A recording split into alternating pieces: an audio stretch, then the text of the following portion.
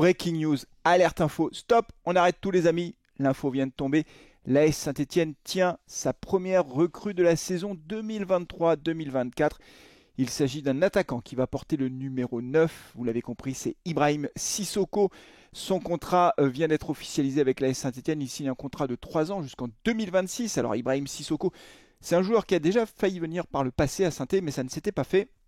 Et cette saison, il a évolué à Sochaux. Alors Sochaux qui est rétrogradé par la Ligue, a résilié le contrat de l'attaquant franco-malien, qui est un solide gaillard. Il est 1m92, c'est un costaud Ibrahim Sissoko. Je peux vous dire que ouais, il est grand, il est très grand et il va peser sur les défenses adverses forcément.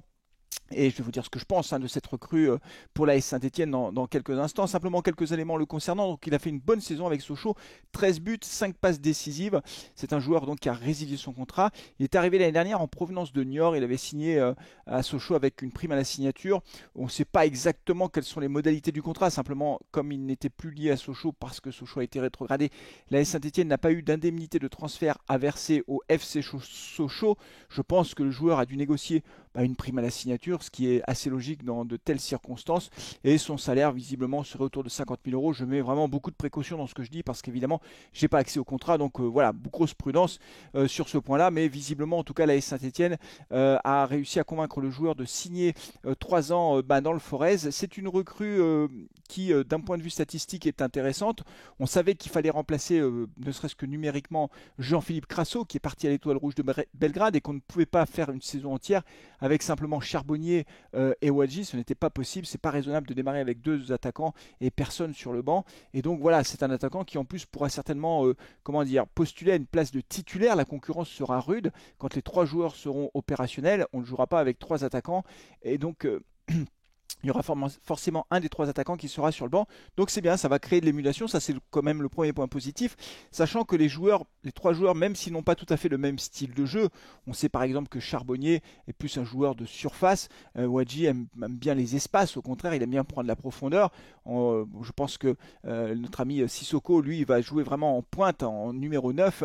Et que donc, voilà, le style de jeu de Sissoko n'est pas du tout celui de Jean-Philippe Crasso. Mais qu'est-ce que vous voulez, on ne peut pas remplacer Jean-Philippe Crasso par Jean-Philippe Crasso bis, ça n'existe pas. Donc il faut prendre un autre attaquant. On prend les attaquants qui sont disponibles sur le marché, les bons attaquants de préférence. Et c'est vrai que quand on regarde les stats d'Ibrahim Sissoko, on se dit que c'est plutôt une bonne pioche, en tout cas sur le papier. Sa valeur marchande est estimée par le site Transfer Market à 2,2 millions d'euros. Donc la Saint-Étienne, encore une fois, n'aura pas déboursé cet argent pour le recruter. Moi, je pense que c'est plutôt une bonne recrue parce que quand on marque 13 buts en championnat, ça veut dire qu'on est quand même assez opportuniste. Après, il y a le petit bémol, mais c'est pas que j'y attache pas d'importance, mais est-ce que son comportement a toujours été exemplaire à Sochaux ou pas? Visiblement pas, mais encore une fois, c'est des rumeurs, des trucs. Bon, on verra comment ça se passe. Laissons-lui le temps d'arriver à Saint-Étienne, de nous montrer ce qu'il est capable de faire. Est-ce qu'il est capable de mouiller le maillot? Est-ce qu'il est capable d'être sur le terrain complètement irréprochable? C'est ce qu'on va attendre de lui, évidemment. Ce qui est sûr, c'est que l'AS Saint-Étienne se met enfin en mouvement pour ce mercato. Ça, c'est très important parce que je commençais à être inquiet. On est déjà bientôt le 10 juillet, bientôt le premier match de reprise d'entraînement et du coup les matchs amicaux bien sûr, et toujours pas de recrue. Donc ça y est, on tient enfin notre première recrue. C'est vrai que l'attaque c'était une priorité.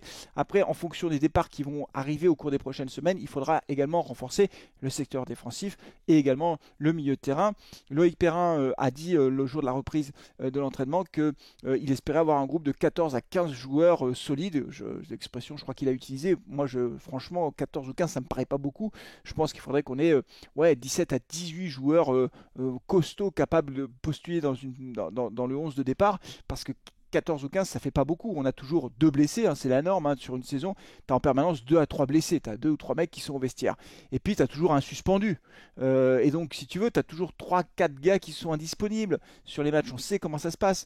Donc si tu as 14 joueurs costauds, mais que tu en as 3 d'indisponibles, voilà, tu te retrouves à 11. Et en plus, les 11 disponibles, c'est pas forcément le 11 que tu vas aligner. Ce que je veux dire, c'est que tu peux te retrouver avec 2 attaquants sur le flanc ou 2 défenseurs et ça te met tout de suite en difficulté. Donc vraiment, J'ai pas l'impression qu'on se dirige vers un mercato flamboyant, c'est-à-dire avec beaucoup de recrues.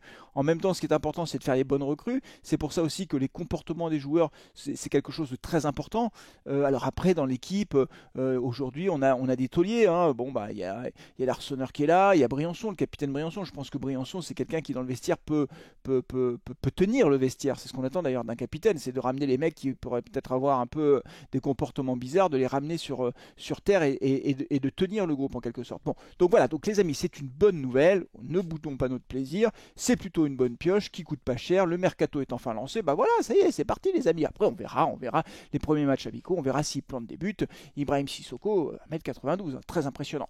C'est tout pour ce transfert très important, c'est pas le journal des transferts, le journal des transferts je le mettrai en fin de semaine. Simplement un mot, que dis-je un mot très important pour Georges Beretta qui nous a quittés, un joueur emblématique de l'AS Saint-Etienne, 6 championnats, 6 titres de champion de France, 3 Coupes de France avec l'AS Saint-Etienne. C'est vraiment un joueur très emblématique, c'était un ambassadeur permanent de l'AS Saint-Etienne, c'est pour vous dire à quel point il a marqué l'histoire du club. 44 sélections en équipe de France, un joueur qui est arrivé, fils d'immigrés polonais, qui a grandi à Moreno, donc l'histoire, vous vous rendez compte, juste à côté du stade Geoffroy Guichard. Et ce qui a été terrible pour lui, et il s'en est jamais vraiment remis, c'est que en 1975, en juillet 75, il a été transféré de force à l'Olympique de Marseille. La Saint-Etienne avait besoin d'argent à ce moment-là et il ne s'est jamais remis de la vie à Marseille. Il s'est jamais adapté à la vie à Marseille, dans le sud de la France. Et donc, même s'il a regagné une Coupe de France, je crois de mémoire, avec l'Olympique de Marseille, ça n'a jamais vraiment marché. Et il en a beaucoup voulu à Roger Rocher de l'avoir transféré de force en quelque sorte parce que lui ne voulait pas partir. Vous vous rendez compte, on parle d'une histoire, ça n'existe plus aujourd'hui. Aujourd'hui, c'est l'inverse, c'est les joueurs qui veulent partir et les présidents qui essayent de les retenir. Et lui, là, il ne voulait pas partir. Il donnait satisfaction. Alors, comme il est parti en 75, il n'a pas pu participer à la finale de 1976. Mais il a quand même fait partie de la grande épopée des Verts, incontestablement. Et puis, son palmarès, de toute façon, est indiscutable. Et voilà, moi, j'ai une pensée évidemment pour lui, pour sa famille, parce que c'est un grand monsieur de Saint-Etienne. Et d'ailleurs, c'est tellement un grand monsieur que les Magic lui ont rendu hommage avec une belle banderole devant le stade Geoffroy Guichard. Donc, voilà, grosse pensée à Georges Beretta, qui est certainement allé rejoindre Robert Herbin qui est derrière moi tous les jours. À chaque fois que je fais des lives, il est là. Et puis même quand je fais pas des lives, Robert Herbin est là. Il surveille le Sphinx. Il surveille, si je dis pas de bêtises, évidemment. C'est les légendes de l'AS Saint-Etienne. C'est eux qui ont fait l'histoire du club et qui ont rendu ce club si particulier, si populaire, avec un palmarès incroyable.